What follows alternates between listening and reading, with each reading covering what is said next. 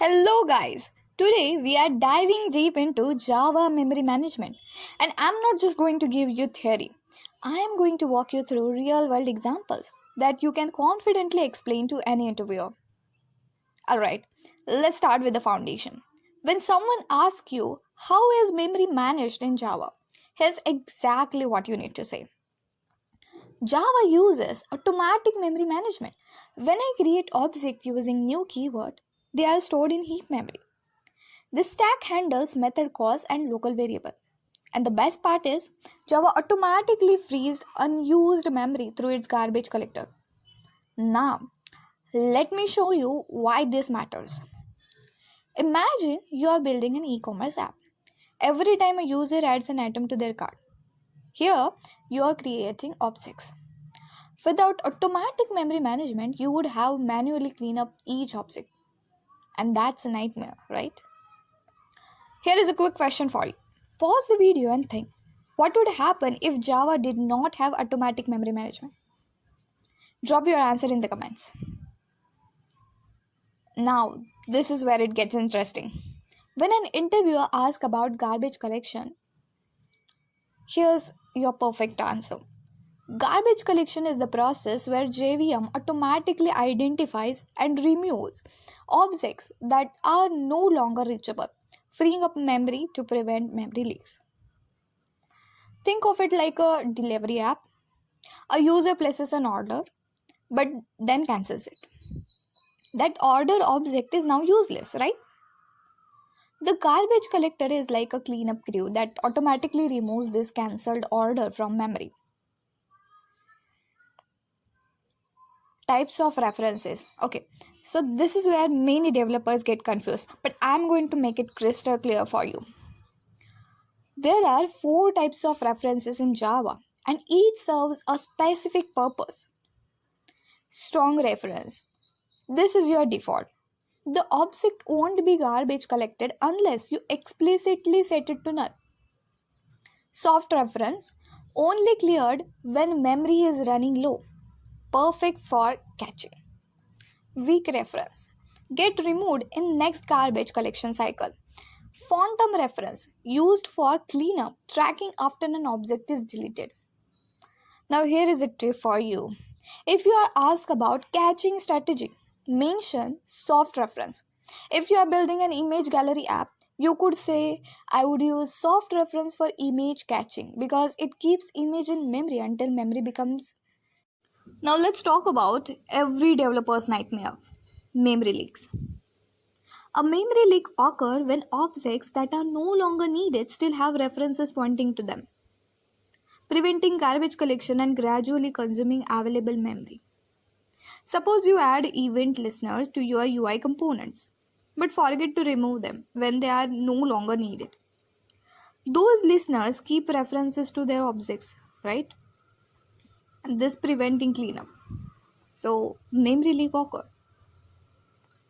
Here is a tip for you. Always mention that you prevent memory leaks by cleaning up listeners, closing database connections, and properly managing file streams. Stack versus heap. Stack memory. It's fast, last in first out, store method calls, and primitive variable. Think of it like a stack of plates. Heap memory is flexible, slower, stores all your objects. Think of it like a warehouse. Let me give you a perfect example.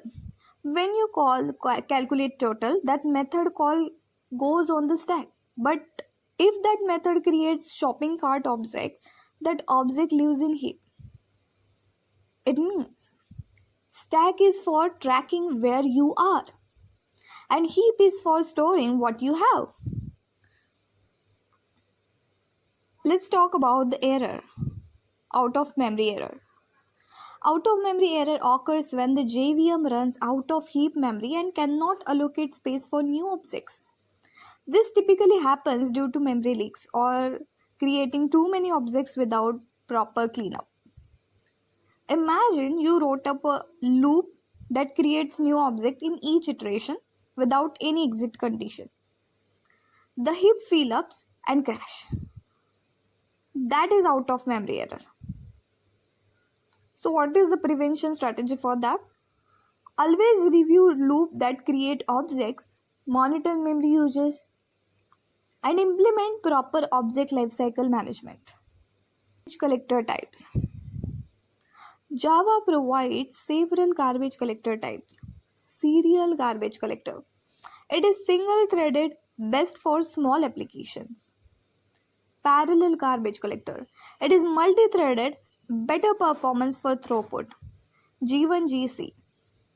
Great for large applications with predictable pause times. Now, if you are building a high-traffic backend service, mention G1GC for minimal pause times. This shows that you understand the performance implications. In interview, always connect the GC choice to the application type. It shows how you think. Now let's talk about the finalize method.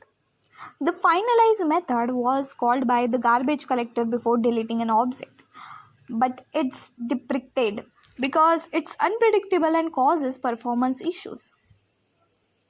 Instead of finalize, I use try with resources or explicit cleanup methods for better resource management. You can give this answer as well because this shows you know modern Java best practices. Alright, challenge time. I'm going to give you a scenario and I want you to pause the video and think through the answer. Scenario is, you are building a social media platform. How would you handle this following 3 things? Profile picture catching, message history management, real-time notifications. Think about which reference types you would use. How would you prevent memory leaks? Which GC strategy you would choose? Got your answers? Here, what I would say. Profile pictures, soft references for catching, keep images when memory allows. For message history, move old messages to disk and keep recent one in memory. For notification, weak reference for listener to prevent memory leaks. Let me know in the comments your answers. That's it for the today's video, guys. Thank you so much.